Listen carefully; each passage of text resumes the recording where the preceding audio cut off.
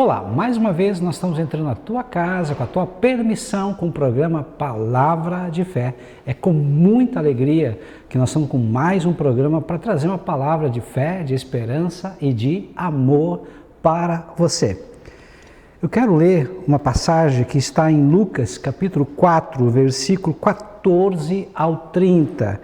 Assim diz a palavra de Deus.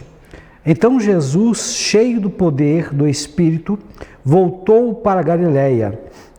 Relatos a seu respeito se espalharam rapidamente por toda a região. Ele ensinava nas sinagogas e todos o elogiavam. Quando Jesus chegou a Nazaré, cidade de sua infância, foi à sinagoga no sábado, como de costume, e se levantou para ler as Escrituras.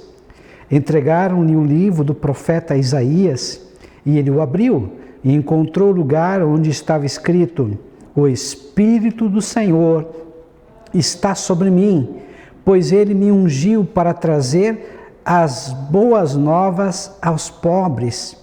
Ele me enviou para anunciar que os cativos serão soltos, os cegos verão, os oprimidos serão libertos, e que é chegado o tempo do favor do Senhor. Jesus fechou o livro, devolveu ao assistente e sentou-se. Todos na sinagoga o olharam atentamente. Então ele começou a dizer: Hoje se cumpriram as Escrituras que vocês acabaram de ouvir. Todos falaram bem dele e estavam admirados com as palavras de graça que saíam de seus lábios. Contudo, perguntavam: Não é este o filho de José? Então ele disse: Sem dúvida, vocês citarão para mim o ditado: médico, cure a si mesmo. Ou seja, faça aqui em sua cidade o mesmo que fez em Cafarnaum. Eu, porém, lhes digo a verdade. Nenhum profeta é aceito em sua própria cidade. Por certo, havia muitas viúvas necessitadas em Israel no tempo de Elias, quando o céu se fechou por 3 anos e meio, e uma fome terrível devastou a terra. E, no entanto, Elias não foi enviado a nenhuma delas, mas sim a uma estrangeira, uma viúva de Sarepta, na região de Sidom. E havia muitos leprosos em Israel no tempo do profeta Eliseu, mas o único que curou foi Naamã, o sírio. Quando ouviram isso, aqueles que estavam na sinagoga ficaram furiosos, levantaram-se, expulsaram Jesus da cidade e o arrastaram até a beira do monte, sobre o qual a cidade tinha sido construída. Pretendiam empurrá-lo precipício abaixo, mas ele passou por entre a multidão e seguiu o seu caminho. Que palavra maravilhosa, né? Vamos orar nesse momento? Deus amado e Deus bendito, eu sei que o Senhor zela e vela pela Tua palavra. A Tua palavra não volta vazia, sem cumprir aquilo que lhe apraz. Abre, Senhor amado, o nosso entendimento. Dá-nos, ó Deus, graça para falar do Senhor, da Tua palavra, que nós sejamos apenas um instrumento em Tuas mãos, que o homem desapareça, que Cristo cresça, pelo poder do nome de Jesus. Amém e amém. Você já foi rejeitado? Você já sofreu preconceitos? Pastor, quem é que não sofre preconceito? Quem é que nunca foi rejeitado? Todos, com certeza, todos já fomos um dia ou outro, e quem ainda não foi, vai ser. Então, o preconceito, o ser rejeitado, faz parte da vida. O que é ser rejeitado? Eu vou te dar um conceito bem simples. Ser rejeitado é ouvir um não. Então, quantas vezes você já ouviu um não? Começando na sua própria casa, de repente pela tua própria mãe, e quantos não na vida nós já recebemos? Então, os não é um tipo de rejeição. E Jesus também, ele sofreu rejeição. Então, como Jesus, ele resolveu, como ele respondeu, como ele se virou nessa questão da rejeição. É isso que nós vamos ver hoje, aqui e agora. antes disso eu quero contar uma historinha para você. Um certo homem, ele estava tentando pregar e levar as boas novas a um criador de porcos. E esse criador de porcos, ele saía pela tangência, ele não queria ouvir, ele dava desculpas. E uma das desculpas que ele mais dava é que dentro das igrejas, em geral, havia muitas pessoas hipócritas, ou seja, pessoas que não havia coerência entre o que elas pregavam e o que elas viviam. E as pessoas falavam, olha, sempre tem pessoas boas e pessoas más, em todos os lugares, inclusive na igreja, porque a igreja é um hospital. Mas esse homem, ele não dava atenção, ele não queria ouvir a palavra de Deus. Um dia o pastor chegou nesse fazendeiro, criador de porcos, e perguntou, você tem porco para vender? Tenho. Eu vou te vender os meus melhores porcos que eu tenho aqui, vou te levar agora nessa ala para você ver. Não, eu quero o teu pior porco. O fazendeiro não entendeu e não compreendeu, até achou que fosse uma piada do pastor. E o pastor disse, não, eu quero porco, mas eu quero o pior porco que você tem. E o fazendeiro, intrigado, curioso, perguntou, mas por que você quer o pior porco? É que eu quero levar o teu porco nos colegas teus fazendeiros e dizer assim, olha só a qualidade do porco que você cria. Ou seja, é uma história, mas é uma história bem interessante, porque isso mostra também como as pessoas, ou seja, eu, você, todos nós respondemos muitas vezes a certos preconceitos e nós generalizamos, ou seja, se um médico atende mal, muitas vezes colocamos no saco todos os médicos e todos os médicos não prestam. Se um aluno ele vai mal, a gente já diz que a escola não presta, que os professores são incompetentes, botamos também no mesmo saco. Então essa questão de generalizar e colocar no mesmo saco e ter um conceito para todos é muito perigoso, porque assim como existem bons profissionais, há maus profissionais também. Então nós não podemos generalizar e não podemos ser preconceituosos. Isso também é muito complicado e muito perigoso. E esse preconceito também não poupou nem Jesus. O que seria então preconceito? Então preconceito é uma opinião desfavorável, que não é baseado em dados objetivos, mas que é baseado unicamente em um sentimento hostil, motivado por hábitos de julgamento ou generalizações apressadas. Ou seja, quando eu pré-julgo alguém com muita rapidez, sem ver todos os pontos, sem analisar todos os ângulos, sem dar tempo e nem espaço para que a pessoa se defenda. Então, quando a pessoa não tem tempo para se defender e justificar, muitas vezes nós estamos sendo preconceituosos. Só para você entender, vou te contar outra historinha, que eu gosto muito de historinha também. Um certo homem, ele estava na fila do mercado, e na fila do mercado havia uma fila muito grande, e ele estava com uma criança de em torno de 6, 7 anos de idade, e aquela criança estava derrubando as mercadorias, aquela criança estava dando chute na canela das pessoas, aquela criança parecia que tinha um demônio junto com ela. Ela estava realmente assim como um bicho. E as pessoas se cutucavam e falavam, e uma hora uma senhora intrigada assim dizia, eu vou falar com o pai dessa criança. Quando ela pensou em falar com o pai da criança para dar educação e colocar limites no garoto, veio um amigo desse que estava na fila, botou a mão sobre o ombro desse pai e disse para o pai, meus pêsames, deve ser muito difícil o momento que você está enfrentando, perder a tua esposa, depois de 20 anos casado, não deve ser fácil. E ele falou, realmente não é. Eu estou aqui só de corpo presente. Então, é muito fácil a gente fazer um preconceito, a gente generalizar e fazer um julgamento rápido para as coisas, sem analisar todos os lados da história. Então, a gente não pode fazer esses julgamentos precipitados.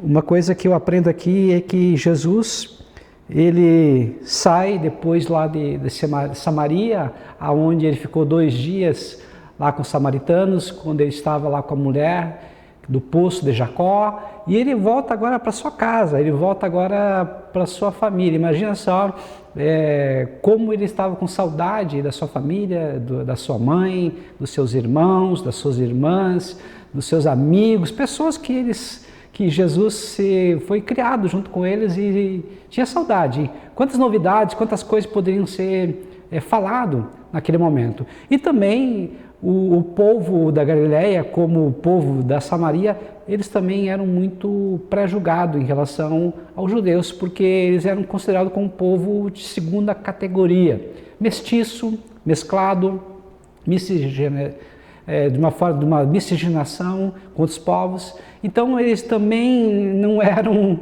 muito bem vistos. E Nazaré, muito menos ainda. Todos os historiadores famosos e os rabinos geralmente nem falavam de Nazaré porque era considerada uma vila sem muita importância. Então o profeta agora que apareceu, fazendo grandes milagres, fazendo coisas assim extraordinárias, chamou a atenção do mundo todo, principalmente dos judeus. É algo que a gente está vendo aqui. Então Jesus, na verdade, ele causou um grande rebuliço por onde ele passava. Não tinha como ninguém não olhar para Jesus e ficar espantado pela sabedoria, pela profundidade das suas palavras, pela forma como ele olhava e ele traduzia a alma das pessoas, e ninguém conseguiu traduzir a alma das pessoas como Jesus. Jesus, nós já falamos naquele encontro com Nicodemos, ele foi na ferida, ou seja, na questão do novo nascimento, porque Nicodemos, apesar de sábio, apesar de instruído na lei, não sabia que era necessário nascer de novo. Já no caso da mulher samaritana, no poço de Jacó, ele foi na questão da água da vida, porque aquela mulher ia beber água e ia ter sede, mas ele podia dar água que corre para a vida eterna, a água da vida, que é a palavra de Deus. E aquela mulher foi totalmente transformada. Agora Jesus está no seu povo, na sua casa, nos seus familiares, e agora ele é convidado para pregar, para fazer uma palestra lá na sinagoga. A sinagoga era um local onde eles se reuniam como se fosse hoje uma igreja, e depois que foi destruído o templo de Israel, por volta de 586 a.C., eles ficaram sem templo. Então, lá no cativeiro babilônico, começou a questão da sinagoga. A sinagoga era um local onde eles adoravam a Deus, eles oravam, eles liam a Torá, liam a Bíblia Sagrada dos judeus, que é o Velho Testamento, que é chamado de Tanakh. E lá também eles faziam aquela explanação, explicação, interpretação da palavra de Deus.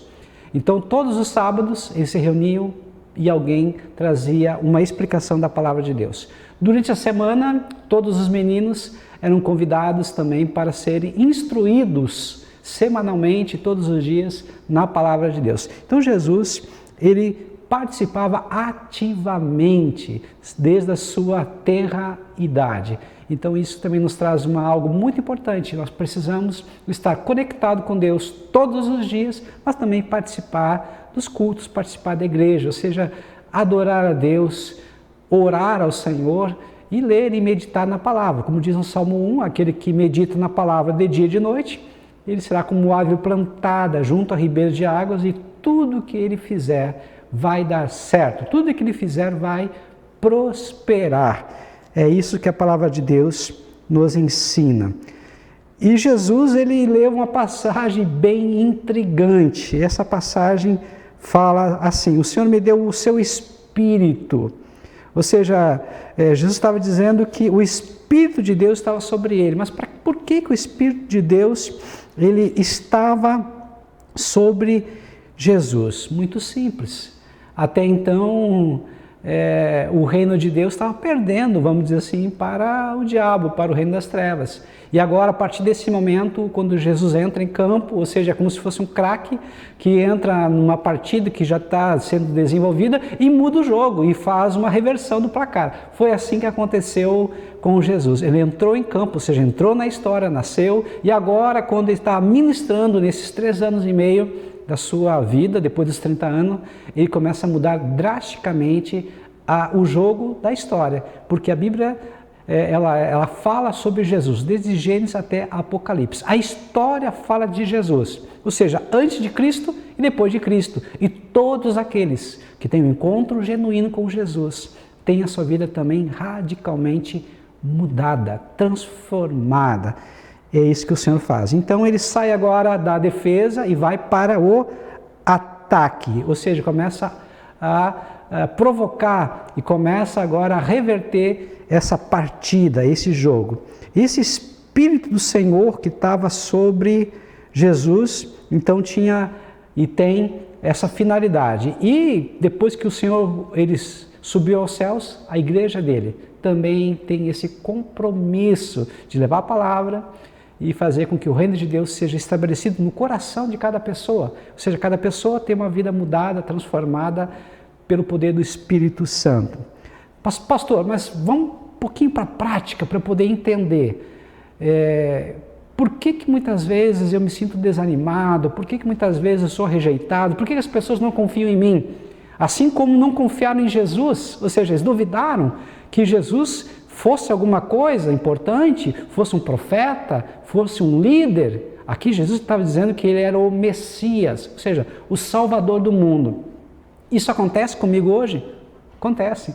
Acontece contigo hoje? Acontece. As pessoas, às vezes, elas duvidam da tua capacidade. As pessoas, muitas vezes, elas vão botar água gelada, elas vão dizer que você não é capaz. Elas vão falar coisas terríveis para você, e se você não entender quem você é, quem Deus é na tua vida, qual é o propósito, ou seja, qual é a missão de vida que você tem, onde você está, onde você quer chegar nessa vida, começar nessa vida, e saber convidar pessoas para ajudar nesse teu projeto, e saber para onde tu vai depois que terminar essa vida, ou seja, 5 perguntas que determinam o nosso futuro, vai ser difícil, você vai ficar desanimado, você vai ficar emburrado, você vai ficar chateado, porque são crenças sabotadoras, são crenças limitantes, que pessoas que muitas vezes, não por mal, mas pessoas que não conseguiram progredir na vida e acham que você também não vai progredir. Então, automaticamente, essas pessoas, elas não crescem e não deixam outras pessoas crescer, assim como você. E Jesus poderia ter ficado nessa crença, porque os nazarenos, eles tinham uma autoimagem negativa, eles sabiam ou pensavam que não podia ser grande coisa, até porque todo mundo falava mal deles. Automaticamente, internamente e exteriormente, eles representavam aquilo que ele era por dentro, ou seja, nossas atitudes, nossa fala expressa o que nós somos. A Bíblia diz que a boca fala o que o coração está cheio. Lá em Provérbios diz, assim como o homem se vê, assim ele é. Ou seja, qual é a imagem que você tem de você mesmo? Uma imagem de alguém derrotado? Mas pastor, eu já passei por grandes derrotas e frustrações, fracassos. Todo erro, ele é pedagógico. Ou seja, erramos, mas aprendemos com o erro. Então, se você errou, você tem 2 alternativas. Ou você senta e chora, e fica no chão, e olha para si, e fica como coitado, e sente pena de você mesmo, ou você reage. Ou seja, você vai avaliar, ver onde errou e corrigir o rumo. Uma certa feita, um homem chamado Oshiro Honda, ele começou a fazer uma oficina de motores lá no Japão, e estava difícil, tinha muita crise, e as pessoas não confiavam e não compravam. Aí foi oferecer para um outro empresário da sua cidade e disse, olha, a mercadoria é boa, mas está fora do padrão da nossa empresa, você tem que crescer, você tem que melhorar o produto. Ele voltou a estudar mais 2 anos, aperfeiçoou o produto, aí começou a Segunda Guerra Mundial, e lá a oficina dele foi destruída. Ele parou, ele desistiu? Não, ele prosseguiu. Aí, como estava escasso o petróleo, o combustível, ele pegou uma bicicleta e fez um motorzinho para colocar numa bicicleta, uma bicicleta motorizada. As pessoas que eram amigas e companheiras dele, daquela cidade, riam dele, até os seus familiares riam dele, mas a sua esposa confiava nele. Vendeu até a joia para poder ajudar nesse projeto. Ele foi para outra cidade comprar mercadorias, comida, e lá ele conseguiu fregueses, e ele começou a crescer, e até que depois ele foi grande, foi na verdade a pessoa fundadora da Honda, uma multinacional que hoje é famosa até hoje. Ou seja, nós é que vamos decidir se nós vamos crescer ou se nós vamos parar, estagnar ou até decrescer. Você decide. Você que tem a decisão. Deus te deu livre-arbítrio, liberdade de escolha.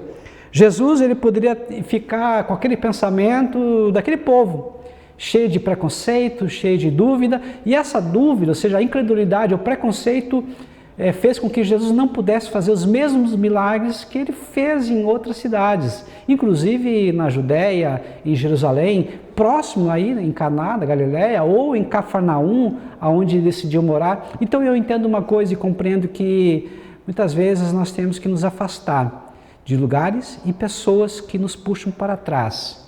Mas pastor, é da minha família, então evita ficar muito tempo próximo. Se essas pessoas te fazem mal, se essas pessoas te envenenam, se essas pessoas são contagiosas, evita ficar muito tempo. E se você é cristão, ora para que Deus abençoe, para que Deus mude o pensamento, que haja uma mudança de mente na vida daquela pessoa, porque uma pessoa invejosa é uma das piores coisas que tem, porque a inveja bloqueia a pessoa de receber aquilo que ela almeja, aquilo que ela quer, aquilo que ela precisa, na verdade. A sua própria mente vai fazer com que ela fique bloqueada, para ficar distante do objeto almejado. Então, se você quer crescer, tenha uma visão positiva de futuro. Ou seja, saiba onde você está, saiba onde você quer chegar. E isso, biblicamente, nós chamamos de fé. Porque a fé é a certeza das coisas que se esperam, a firme convicção dos fatos que não se veem. Eu não vejo, mas eu creio. Na minha mente, eu já imagino me possuindo aquilo lá. E eu sei que Deus vai me ajudar. E eu sei que eu vou conseguir. Então, Jesus veio para quê? Para evangelizar os pobres, ou seja, levar boas novas para aqueles que estão aflitos. Jesus veio para a liberdade aos cativos, ou seja, todas aquelas pessoas que estão presas em pecados e não conseguem se livrar. O Senhor, ele tem uma palavra e uma ação toda especial. Ele pode te livrar de qualquer cativeiro, de qualquer prisão, porque para isso que ele veio. Jesus veio para dar vista aos cegos, ou seja, não só curar fisicamente e fazer com que a pessoa que não veja, veja, mas aquelas pessoas que de repente têm um problema espiritual, ou seja, não conseguem ver o Senhor, ver os milagres, não tem fé, o Senhor pode trazer fé ao coração e aumentar a fé no coração das pessoas. Ele veio também para anunciar o ano aceitável do Senhor, como está escrito lá em Levítico capítulo 25. Algo bem interessante, a cada 50 anos, todas as pessoas que tinham dívidas, essas dívidas elas eram canceladas. Todos os escravos eram libertos. E toda a propriedade que fora apreendida, agora é devolvida ao seu anterior dono ou aos seus herdeiros. Ou seja, é isso que o Senhor veio. Ele veio, na verdade, então, cancelar todas as nossas dívidas que nós tínhamos com o diabo. Ele veio nos tornar livre. E a Bíblia diz em João 8,32, se o Filho vos libertar, verdadeiramente sereis livres. O Senhor quer que nós sejamos completamente livres. E se porventura alguma coisa foi tomada, o Senhor quer nos restituir, restaurar, assim como ele fez com Jó. Restaurou em dobro tudo que ele tinha, tudo que ele possuía. Mas o principal não são as coisas materiais. O Senhor quer restaurar a nossa sorte, ou seja, que nós possamos ter uma vida de alegria, de paz, de comunhão com o Senhor, de conhecer cada vez mais, como diz Oséias 6,3, conheçamos e prossigamos a conhecer o Senhor. Esse é o maior tesouro que nós podemos ter. Como diz Mateus 6,33, nós devemos somente buscar o reino de Deus e a sua justiça, e todas as demais coisas nos serão acrescentadas. É para isso que o Senhor veio. Agora, por que pastores ficaram tão irados? Por que eles queriam até matar Jesus? Boa pergunta. Primeiramente porque eles conheciam Jesus, filho de José, irmão de Tiago, Simão. Ou seja, nós conhecemos seus irmãos, conhecemos as suas irmãs, como diz a palavra. Conhecemos a sua mãe, é filho de Maria. Quem sabe até tinha algo meio que pejorativo, porque como Maria foi engravidada pelo Espírito Santo, alguns ficaram duvidando que não teria sido José. Então ficou algo no ar. Ou seja, eles estavam agora questionando, porque Jesus disse que ele era o Messias, o Salvador. Como alguém que viveu 30 anos junto com eles poderia ter sido o Salvador? Por que que se escondeu por tanto tempo? Por que que ele se revelou justamente agora? Agora isso não era o principal causa da ira é que Jesus fala sobre os gentios, ou seja, Jesus fala que Deus também ama os gentios e mostra o seu amor em dois profetas, Elias e Eliseu. Elias em relação à viúva de Sarepta, que fez o bem para aquela viúva, e Eliseu em relação ao general Amã, que era inimigo e que tinha lepra e foi curado, e Deus usou de misericórdia para esse homem. Ou seja, eles não admitiam que Deus de Israel pudesse também amar outros povos. Ainda bem que o nosso Deus ama todos. E Ele hoje está fazendo um convite para mim e para você, para nós aceitarmos Jesus Cristo de Nazaré como suficiente Senhor e Salvador. Aí nós vamos ter vida e vida com abundância, como diz João 10:10. O diabo, o ladrão, veio para roubar, matar e destruir, mas eu, Jesus, vim para que tenham vida e a tenham em abundância. Eu quero agora orar com você para que o Senhor possa mudar o teu pensamento. Toda e qualquer rejeição que um dia você teve, toda e qualquer crença limitante, sabotadora, que te atrapalha, que te puxa para trás e não faz você progredir, que ela venha a ser quebrada pelo poder do nome de Jesus. Que você venha ter uma visão positiva de futuro, você venha ter fé, e você venha crer que o Senhor está contigo, e que você pode todas as coisas naquele que nos fortalece, como diz também Filipenses 4:13, tudo posso naquele que me fortalece. Eu quero orar com você e te abençoar em nome de Jesus. Se possível, feche os teus olhos. Deus amado e Deus bendito, eu coloco agora essa pessoa que está ouvindo, Senhor amado, a programação, que ela possa ser alcançada com o poder do Teu Espírito Santo. E assim como o Senhor veio, ó Pai, para dar vistas aos cegos, para proclamar a libertação aos cativos, para, Senhor amado, abençoar o Teu povo, que o Senhor possa estar agora libertando, abrindo os olhos, que o Senhor possa agora fazer um milagre na vida dessa pessoa que necessita desse milagre. Talvez essa pessoa que está me ouvindo agora, ela ouviu muitos nãos na vida e pessoas próximas machucaram ela, que ela mesma já não consegue imaginar que ela consegue. Ou seja, ela tem uma vida medíocre, uma vida abaixo da média, uma vida que ela sabe que poderia ter muito mais, de alcançar muito mais, de fazer muito mais. Que o Senhor agora rompa essas cadeias e que essa pessoa cresça.